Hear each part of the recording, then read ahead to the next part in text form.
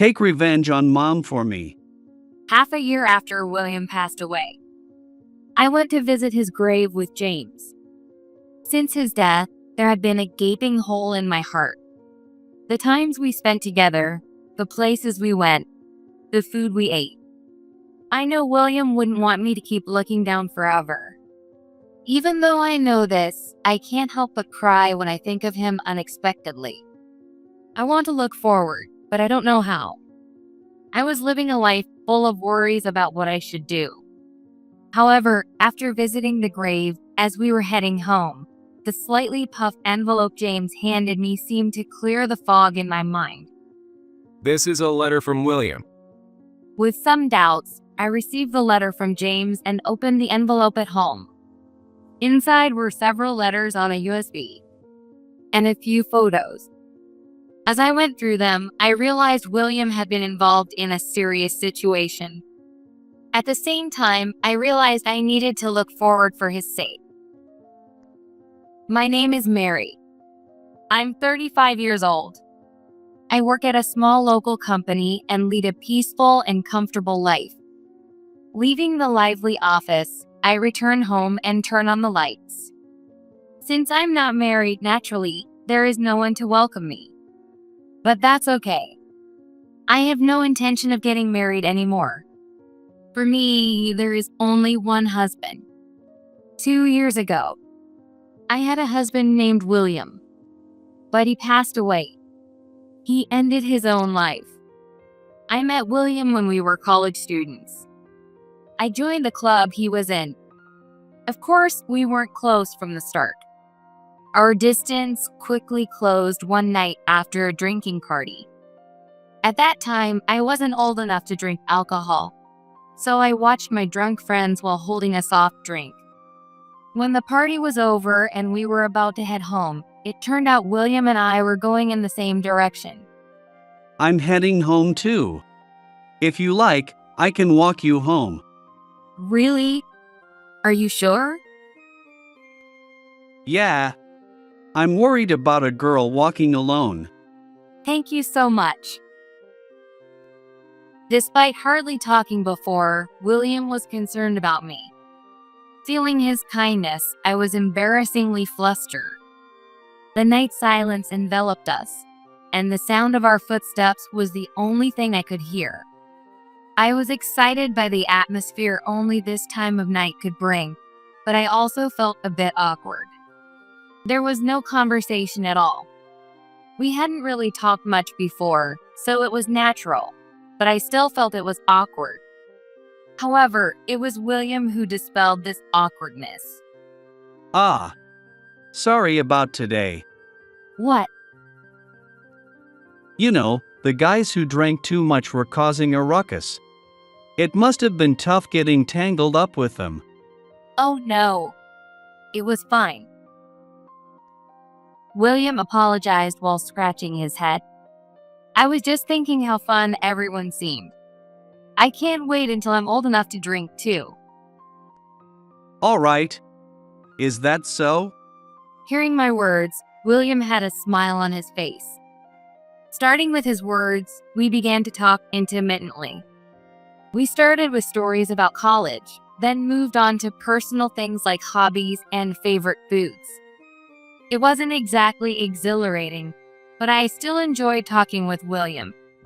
I even found myself wishing we could talk like this again. Soon my wish would be granted. Since we had walked home together, William began to talk to me more. Gradually, we started going home together regularly and even began dining out just the two of us. Then, 6 months after that party, we started dating. Though we were in different departments, we spent a lot of time together. Every day was truly fun and filled with happiness. Even after William started working, our relationship continued. And it didn't change when I started working. We discussed work issues and vented about our bosses. Compared to our college days, the topics of our conversations had greatly changed. Initially, I struggled to fit in at work, and I often found it tough. But I was able to overcome that environment because William was there. I was truly happy to be dating such a wonderful man. And I often thought about how nice it would be to marry William someday. It seems he was thinking the same thing. About 8 years into our relationship, William proposed. I will definitely make you happy. William looked me in the eyes and conveyed his feelings. Naturally, I had no reason to refuse. I'm glad to be with you. And so we got married. Finally, I was able to become William's wife. I remember feeling so happy it was almost like a dream. Our closeness didn't change even after we got married. It was very comfortable, and I couldn't help but feel happy to be married to him. But it's true that a new life had begun. Getting used to living together wasn't easy, and we both had our struggles. At such times, it was my mother-in-law, Emily, who helped us. Emily, like William, was very kind. I heard that her husband had passed away, but he must have been as kind as William and Emily. Are you okay? Is there anything troubling you? Actually, sometimes we'd talk over the phone, and since she lived nearby, she would come over to visit. She kindly taught me how to cook and shared life hacks. Often, we would have meals together with Emily. There wasn't a fixed day or time, but she probably considered that I'd be coming home from work on weekday nights. I'll take care of everything, Mary. You can just rest. But I can't just leave everything to you, Emily. It's fine. You must be tired from work, right? Don't worry about me. Okay? Oh, thank you. At first, I felt I relied too much on Emily and often felt guilty. However, as I spent more time with her, I began to feel that she also enjoyed interacting with us. From then on, I was able to interact with Emily without feeling tense. At that moment, it felt like all the tension I had been feeling since I started interacting with Emily suddenly disappeared. My only child is William, you know. So it's fun for me to talk with someone his age like you. Emily treats me like her own daughter. On my days off, it's not uncommon for Emily and me to go shopping together. At home, we often brew our favorite teas and chat about this and that.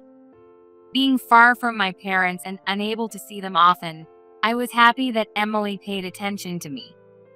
However, such a peaceful life quickly crumbled. The trigger was when Emily opened a cafe. She had mentioned wanting to open a cafe before, so I wasn't particularly surprised. However, I was surprised when William said he wanted to quit his job to help Emily, but I sincerely wished him the best and agreed. I decided to support our household until William's income stabilized. Perhaps because there were no competitors, Emily's cafe seemed to take off faster than expected. People are coming in more than I thought. Mom seems happy about it. That's great. Are there any regulars? Yeah, there are a few.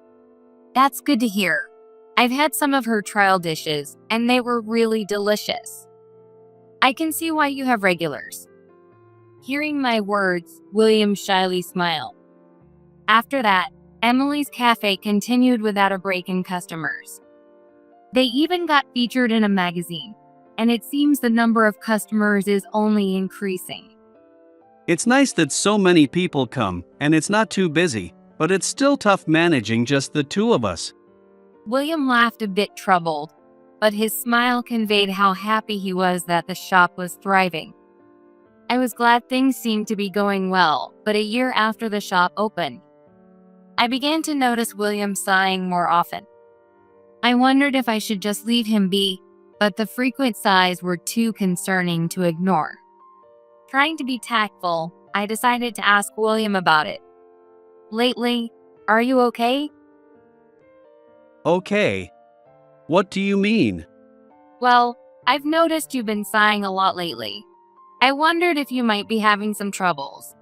It's okay if you don't want to talk about it. Oh, I didn't realize I was doing that. It seemed he wasn't aware of his own size.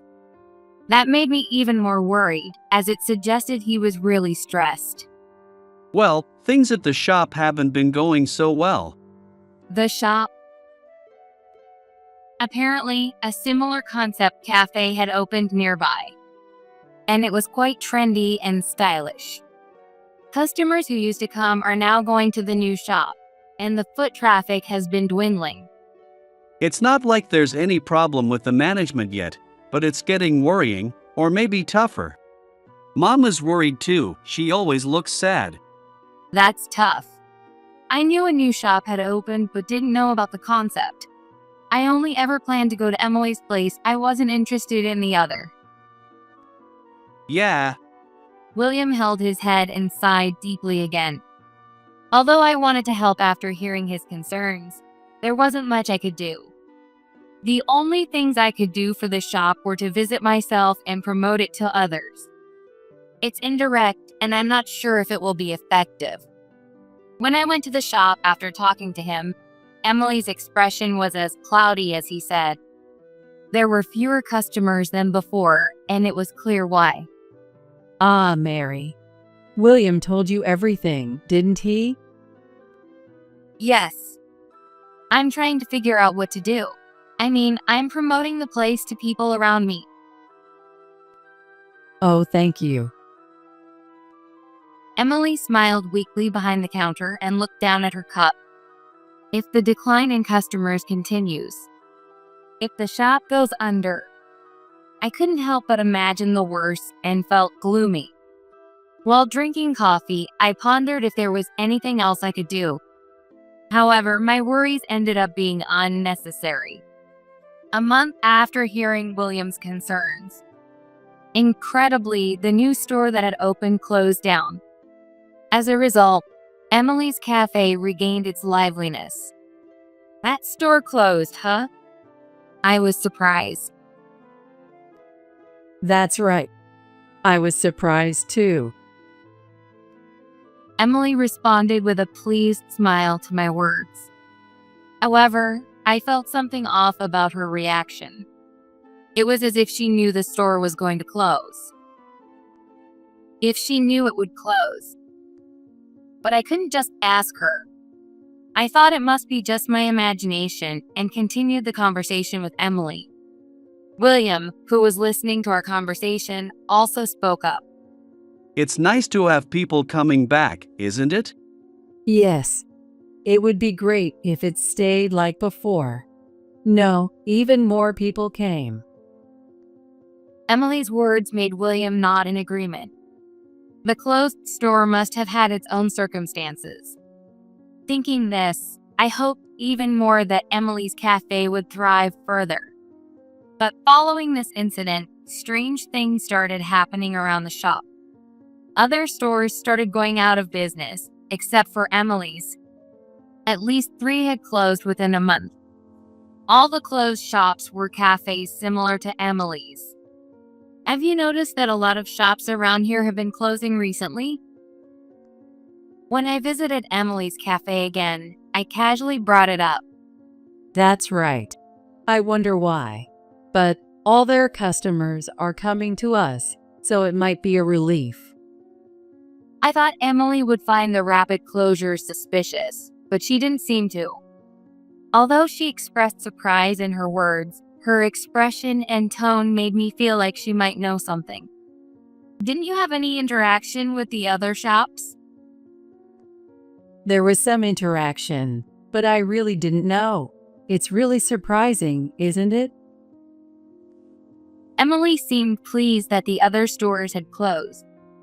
However, I couldn't understand her feelings. In such a situation, I think I would feel more scared than happy. It's unusual for 3 shops to close within a month. What is happening around here?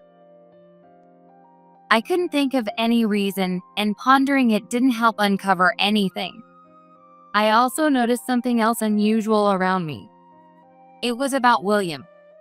Despite the cafe's increasing foot traffic, he wasn't smiling. Just like before, he was sighing and looked gloomy. It's William. Considering the shop situation, he shouldn't look like that. Could there be some other trouble bothering him? Just like before, I tried to carefully probe the nature of William's troubles. What's been going on lately? You looked down. Oh, really? Yes. Was he so pressured that he hadn't even realized it himself? I peered into William's face and waited for his words. However, William didn't seem inclined to share anything. William averted his gaze and awkwardly touched his nose. No, it's nothing. Really? Are you sure you're okay? Yeah. I'm really fine. Please don't worry about me. I don't want you to ask about it, really, anything at all. William sighed deeply again and walked away from me. It was clear he was troubled. But since he didn't want to talk about it, I couldn't force it out of him. It would be best if he chose to talk when he was ready. If he continued to not want to talk, I would respect that. However, my thoughts were wrong. An event occurred that made me regret I should have forced the conversation at that time. 6 months after the other shops closed down one after another, William had passed away. It wasn't due to illness or an accident. He had taken his own life. Indeed, it seemed he had been troubled. But I never imagined it would come to this. It was all too sudden, and I couldn't grasp what had happened. Before I knew it, everything moved forward, and William was cremated. What should I do now? How should I, having lost the person I loved most? No matter how much I thought about it, I couldn't imagine a future without him. Emily felt the same way. I can't believe it. What should I do? Emily muttered quietly while looking at William's portrait. She must have never thought she would outlive her son. From what I saw, they were a very close mother and son. The sense of loss was, without a doubt, immense. Ugh. William. Emily. I gently rubbed Emily's back. Her back felt much smaller than I had imagined. However, at the same time, I felt a slight sense of unease about Emily's behavior. What to do? William. Emily seemed to be panicking. Emily, are you okay? While rubbing her back, I spoke to her. Well, yeah. I'm okay. Emily responded to my inquiry while still appearing flustered. If there's anything I can do, please let me know. I'll help however I can. Oh, thank you, but it's okay. Don't worry about me, okay? Yes. It was certain that I felt something was off, but considering her son had just died, it might be understandable. I decided not to think too much and simply keep a quiet watch over Emily.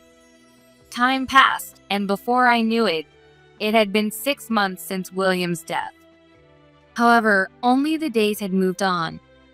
I still felt left behind in the time when William was alive. Sorting through William's belongings, vacating the room we had shared, his presence still clung to my mind. We had spent many years together. I knew it wasn't something I could just forget easily, but still his presence remained too much within me. I must move forward and live my life, yet I can't seem to forget him. William would not have wanted me to remain stuck. But a certain invitation made me decide to face forward. One day, I received a call from an unexpected person. James, it's rare for you to call. What's happened? Just a little thing. The caller was James, a college classmate and a close friend of William's. I wasn't particularly close with him, but our relationship was such that we could easily talk if we wanted to. James had attended William's funeral, and our recent conversation was still fresh in my memory. Do you want to visit William's grave? There's something I want to tell you. A visit to the grave? I'm fine with it, but is your wife okay with that? Yeah, that's not a problem. He must intend to go to the grave, just the two of us, given he has something to tell me. I was curious about his wife's reaction, but it seemed it was all right. 2 weeks later, I went with James to the Williams grave. Are you okay? A lot has happened since William passed.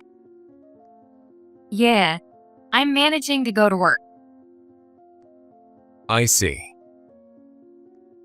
We offered flowers and paid our respects at the grave. Then we left the place. It feels strange, doesn't it? To be visiting William's grave at our age. Yeah, well. James awkwardly tried to engage me in conversation. I didn't have much energy to expand the discussion, so I quietly responded. Our conversation didn't continue, and silence fell between us. However, that silence was soon broken by James. You know, what I wanted to tell you today is, In the heavy atmosphere, James handed me a slightly bulging envelope. A letter? yeah, a letter from William. This is what I wanted to tell you, or rather, something I wanted to give you. I couldn't believe that William had entrusted a letter to James. I took the letter and stared at the envelope. After William died, this letter was sent to my house. I think William had sent it out in advance. In advance. In the letter, it was written that half a year after he's gone, this should be passed to Mary. Why he left this letter for me in this manner? Why after half a year? My head was filled with questions. There should be a paper inside the envelope detailing William's thoughts. Can I look inside? I asked James, but he shook his head. Not here. Not here? After looking around, he whispered to me. Do it at home. Make sure no one finds out, especially not William's mother. Why? It's written in William's letter. I don't know what's written, but I'm counting on you. James's uneasy expression suddenly changed, and he looked at me squarely. Understood. I gave a small reply and carefully tucked the envelope into my bag. After parting with James, I hurried home. Once inside, I opened the envelope that James had given me. What had William left behind? If it's something Emily shouldn't notice, it might not be something pleasant. My hands trembled with nervousness and anxiety. Inside the envelope, there was a USB, several photographs, and many pages of letter paper. I decided to read the letter first. I dropped my gaze to the thick stack of letter paper. Take revenge on Mom for me. The sentence written prominently at the beginning made my spine chill. As I continued reading the letter, it contained shocking details about Emily. This can't be. It was too shocking, and I couldn't believe it all at once. That's right, the photos. I quickly checked the enclosed photos and the USB. Could it be really? My mind went blank, unable to think or understand what had happened, and not wanting to understand. But I couldn't keep running away. I picked up the letter again and continued reading. No matter how much I read, the content didn't change. My hands trembled more and more. Emily was with the mafia? What William had left behind was information that Emily had colluded with the mafia for the sake of her shop, and the USB and photos were the evidence. Emily began relying on the mafia when a new shop started taking her customers. The reason the shops were shutting down one after another was that the mafia was acting on Emily's requests. The first contact between Emily and the mafia was around the time she started her shop. The mafia had come to the shop demanding protection money, but Emily had apparently chased them away.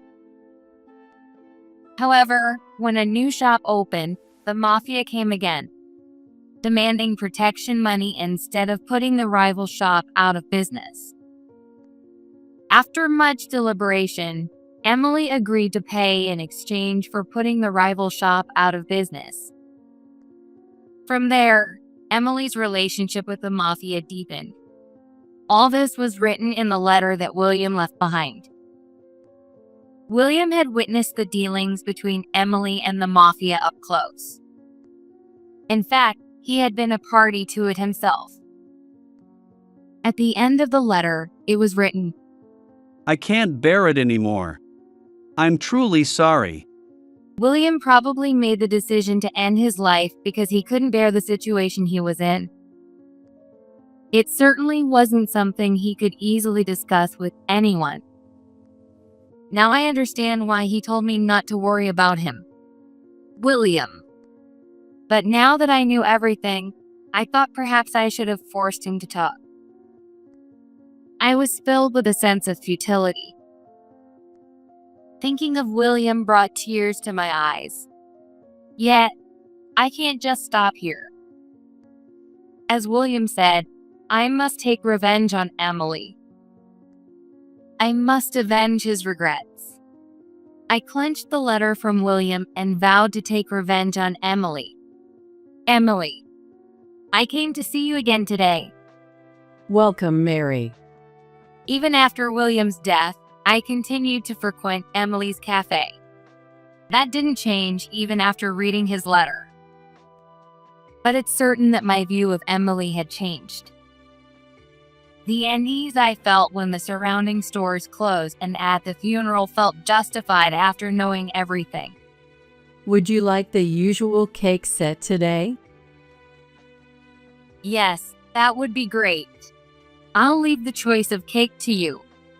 Emily smiled kindly before efficiently starting to prepare the cake set. The cafe seemed calmer than before. After William passed away, Emily had reduced the operating hours but kept the cafe open. I wish I could have helped, but with my job, that wasn't possible. All I could do was visit Emily, who was managing on her own. But now things were different. Emily, would you let me help out at the shop? I always thought it looked tough. Even though it was a bit of a stretch, I felt compelled to see Emily's other side, so I offered to help. That's kind of you. But aren't you tired, Mary? No. Please don't worry about me. Initially hesitant, Emily seemed moved by my insistence and said, Then, could I take you up on that offer? If you're helping, maybe I could extend the hours a little. That sounds great. I'll do my best. I didn't want to believe what William had said. But having been taken care of by Emily so much in the past, there was a part of me that wanted to believe in her innocence. However, my hope was not to be fulfilled. While preparing to open one day, I suddenly heard Emily talking to someone. There's been another troublesome shop opening up. I'll pay, so handle it the same way.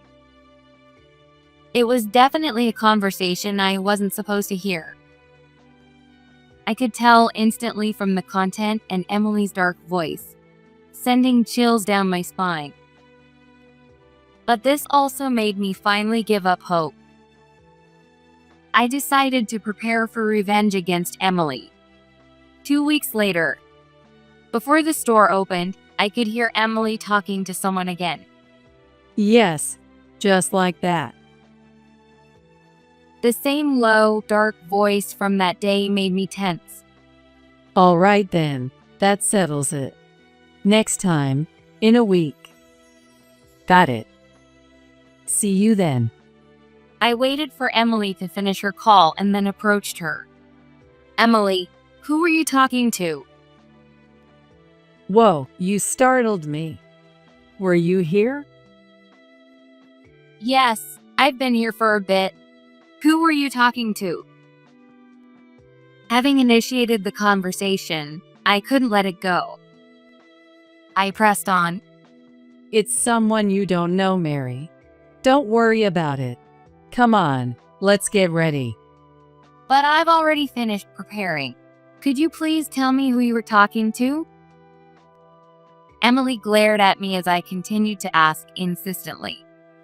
I said it doesn't concern you. You were talking to the mafia, weren't you? What? It's no use trying to hide it anymore. Saying this, I placed the photos and USB that William had given me on the counter. Emily's eyes widened in shock. Realizing she could no longer hide the truth, she sighed heavily. What?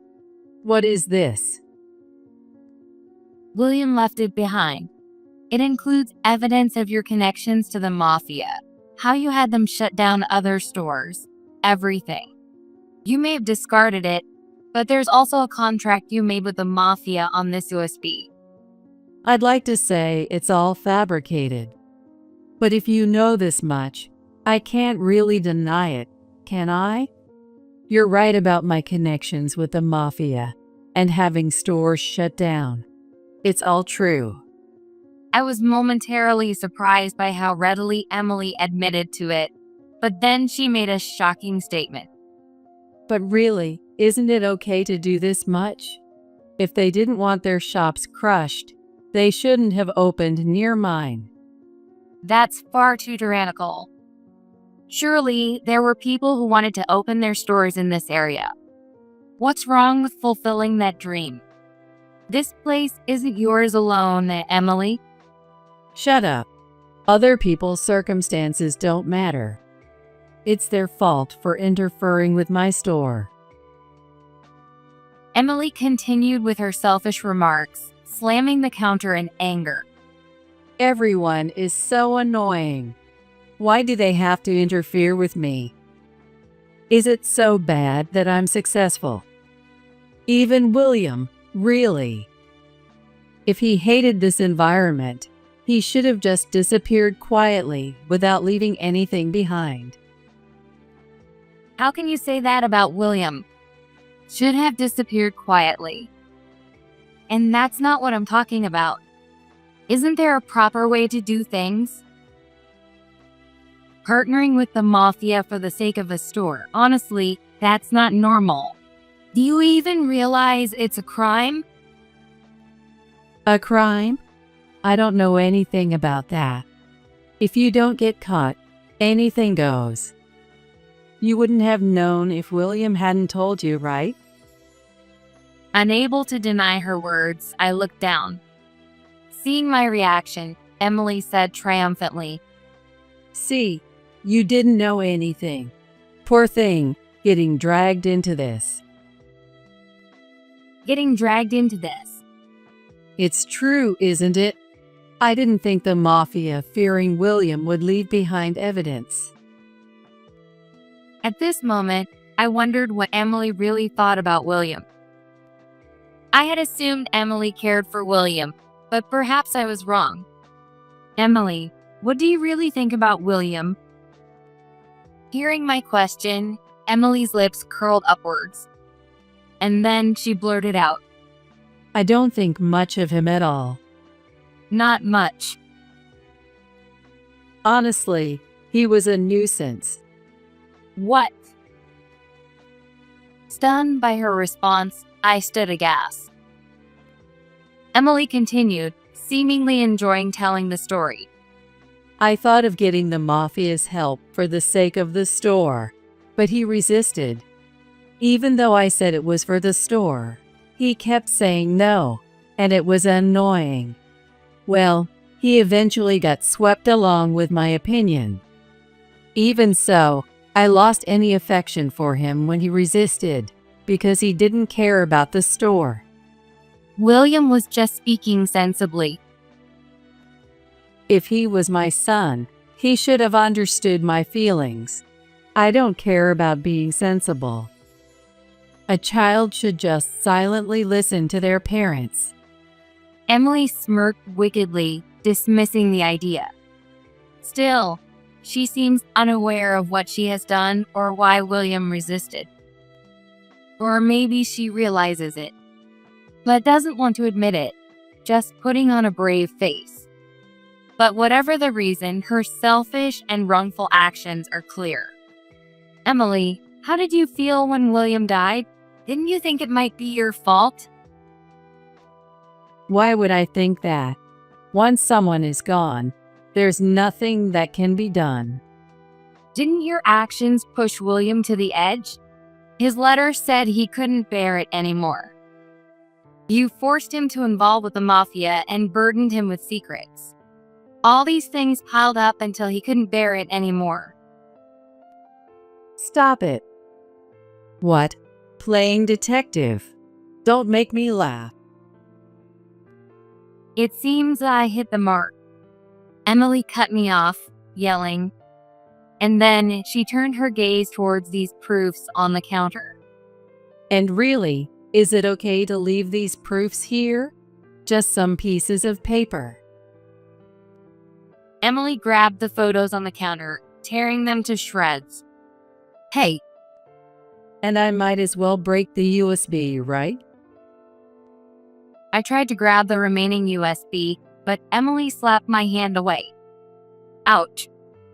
Don't touch that. Then, Emily grabbed the USB and threw it into a tub filled with water. What are you doing? Now, all the evidence is gone, right? And since you know everything, doesn't that make you the same as me? Do you even understand your own position? It's true. I know everything now, but that's because William entrusted me to seek revenge on you. He regretted having made contact with the mafia. He ended his own life because he couldn't bear it anymore. I'm speculating here, but didn't William try several times to break off relations with the mafia and persuade you? Emily glared at me fiercely. What about it? Didn't you ignore what William said? Just looking at immediate profits, not willing to stray from the wrong path. Shut up. What do you know? Don't run away. You knew, didn't you? William's true feelings. Shut up. In that instant, Emily grabbed my collar and pulled me down with force. It happened so quickly that I was thrown into a panic. Ow. Do you even realize what you've done? You've messed up my life because of you. If you hadn't started doing strange things from the beginning. Shut up. Can't you just listen quietly? I had never seen Emily so agitated before. Normally, I might have been scared, but for some reason, I wasn't afraid at all. You. As Emily was about to grab my collar again, the door to the shop opened. What are you doing? Police. Why? I had called them before I started talking to you, Emily. What? She let go of my collar in shock. Before approaching Emily, I had gone to the police and explained the situation. I had also submitted the evidence, and the police were aware of the case. Ideally, I should have come with the police, but I stubbornly wanted to hear it directly from Emily last time, talking to her in a situation where the police could enter at any moment. We need to hear more about this. Please come with us. The police removed Emily from me and started to lead her to the police car. Wait. What? You were deceiving me? What do you mean by deceiving? That you had called the police. That's not an answer. I got up and watched as Emily was being led away. You always talk too big. Be quiet. She was scolded by the police and started walking towards the police car again. Emily's back seemed the smallest I had ever seen it. Was this the revenge William wanted? I honestly don't know. I was merely entrusted with the desire for revenge. But since the police were involved, Emily's and the mafia's wrongdoings were exposed, and justice was served. Considering that William left evidence and tried to stop Emily from involving the mafia, this must have been the revenge he wanted. I returned home and looked at William's memorial portrait. William, I did it. I said that. Later, it was found that Emily had committed other crimes and she was sentenced to prison. Also, several mafias involved with Emily were arrested. I heard from the police that all the crimes Emily committed were related to her shop. It's easy to imagine that she resorted to various crimes to protect her business. I understand Emily's feelings, but there are right ways to go about things. If she had chosen a different method, there might have been a future where William did not take his own life. Nobody wants a future where no one can be happy. I find myself missing the early days when Emily first opened her shop. If I could go back, I would return to that happy time, and I often think about it. Since the incident, I have cut off all contact with Emily. The last face of Emily I saw was filled with anger as she was being taken away. Now, 2 years later, I have moved and am living a peaceful life. I sometimes remember Emily's angry face, but it's not traumatic. However, it was frightening, and I definitely don't want to experience anything like that again. After everything settled, I called James to thank him. He himself seemed to have been worried about me and had been living a restless life. If William hadn't passed the letter to James, if James hadn't upheld William's wishes, I wonder what kind of future would have awaited me. I hope I can continue to live this peaceful life. That is what I most desire now. As I think this, I hope he watches over me, and I look towards William's memorial portrait